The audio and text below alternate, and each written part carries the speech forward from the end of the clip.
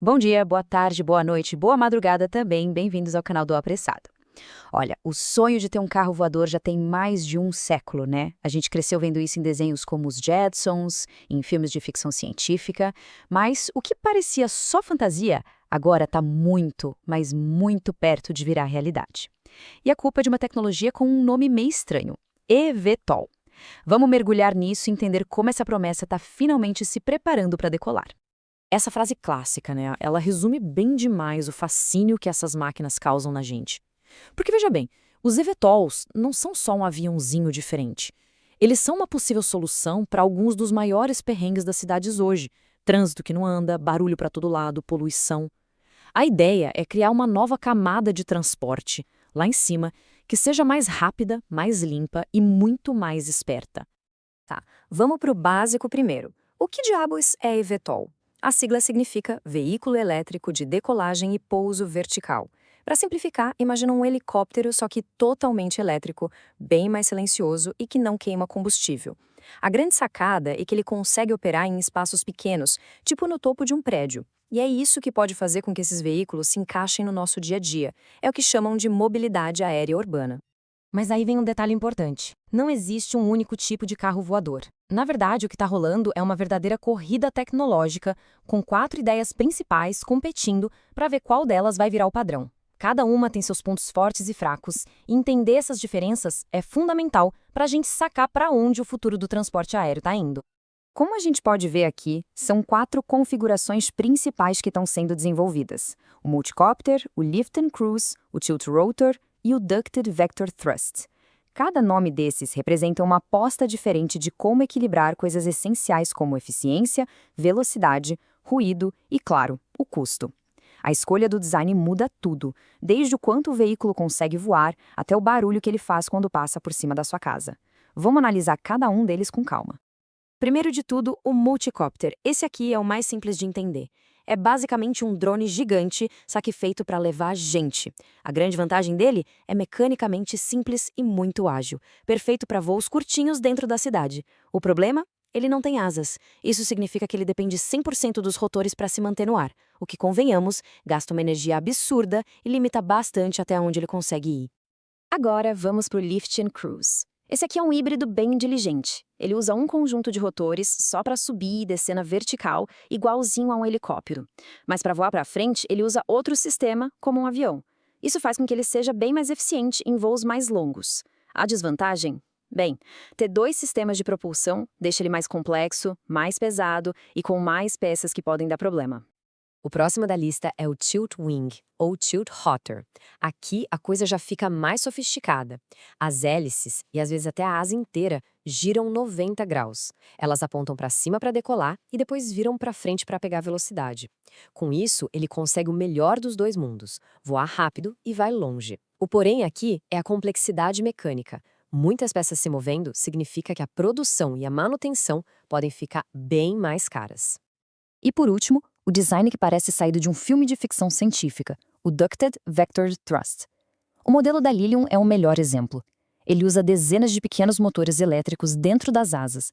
Isso não só dá um controle de voo super preciso, mas também o torna absurdamente silencioso. E silêncio é um fator crucial para ser aceito nas cidades. É de longe o mais avançado, mas como você pode imaginar, também é o mais caro e complexo de todos para desenvolver. Só que não importa o quão genial seja o design, todos esses projetos incríveis acabam esbarrando no mesmo obstáculo fundamental. O verdadeiro gargalo que impede que a gente já tenha carros voadores por aí. A bateria. A capacidade de guardar energia é hoje o maior desafio técnico que precisa ser vencido.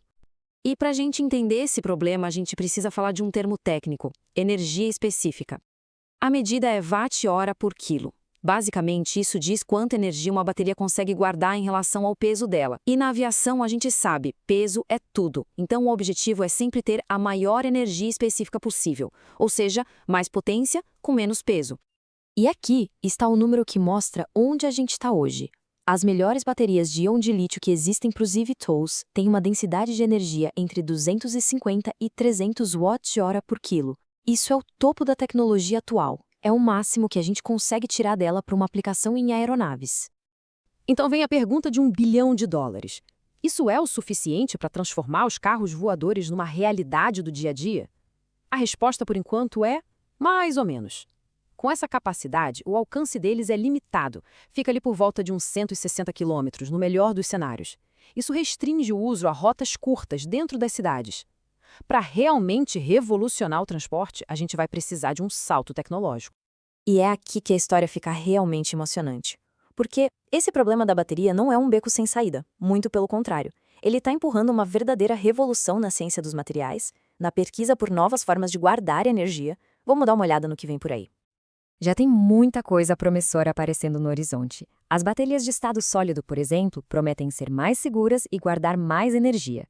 As de íon de sódio usam materiais mais fáceis de achar e mais baratos. E as de lítio, enxofre e grafeno, bem, essas buscam um salto gigantesco na capacidade. Cada uma delas é um caminho diferente para destravar o futuro do voo elétrico. A tecnologia que parece estar mais perto de acontecer é a de estado sólido.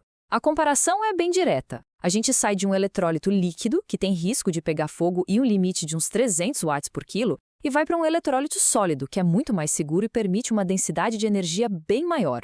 O potencial é pular para mais de 400 watts por quilo.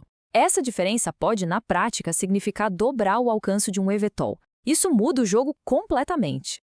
Pessoal, uma pausa rápida. Se estiverem gostando da análise, por favor, compartilhem o canal e deem o like, porque ajuda muito a gente a continuar produzindo. Valeu! Ok, mas vamos supor que a gente resolva o problema da bateria. Isso é só o começo. A tecnologia é só uma parte da equação. Agora vamos dar um passo para trás e olhar para os desafios gigantescos do mundo real. Os problemas práticos, sociais e econômicos que precisam ser resolvidos para que os céus das cidades fiquem cheios de eVTOLs. A autonomia, por exemplo, é um deles. Essa citação da Reuters resume o problema de um jeito perfeito. Ensinar uma máquina a ter o discernimento, aquela intuição que um humano tem para prever e avaliar um risco num piscar de olhos, isso é extremamente difícil. E voando no meio de uma cidade não pode ter margem para erro. Mas as vantagens dos eVTOLs são enormes e a gente precisa falar delas. O custo de manutenção, que num helicóptero comum chega a ser 60% do custo de operação, num eVTOL cai para uns 20%. Por quê? Simples. Um motor elétrico tem basicamente uma peça que se move. O motor a combustão tem centenas. Menos peças, menos desgaste, menos dor de cabeça. E o ruído? Pode ser até 100 vezes menor. A grande desvantagem hoje, a gente já viu, é a autonomia. Mas os benefícios em custo e impacto no ambiente são inegáveis. Então, a gente pode resumir os desafios que não são de tecnologia em 4 grandes barreiras. Primeiro, a autonomia, que a gente acabou de falar. Depois, o custo, para garantir que isso não vire um brinquedo só para milionário. A regulação, que vai exigir a criação de um sistema de controle de tráfego aéreo urbano do zero. E talvez o mais importante de todos, a aceitação do público. Um estudo mostrou que 80% das pessoas têm preocupações com a segurança. A confiança vai ter que ser construída. E aí, como é que o Brasil está nessa corrida? A gente está só olhando de longe? Nada disso. Pelo contrário, o país está se posicionando para ser um dos líderes mundiais nesse mercado. E tem gente grande apostando bilhões nisso por aqui. Olha só os nomes envolvidos. A Azul fechou uma parceria com a alemã Lilium para comprar 220 jatos. A Gol fez um acordo para 250 aeronaves da britânica Vertical Aerospace. E, claro, a nossa Embraer, através da sua empresa IVE, está desenvolvendo o próprio modelo com plano de lançar já em 2026. O céu brasileiro promete ficar bem movimentado. Mas como essa citação de um superintendente da ANAC, a Agência Nacional de Aviação Civil, deixa bem claro, o desafio regulatório é gigante. Não é só aprovar a aeronave, é preciso criar e definir todo o ecossistema em volta. As regras de tráfego, os locais de pouso, o treinamento de quem vai pilotar e controlar tudo isso. É um trabalho monumental que já está acontecendo.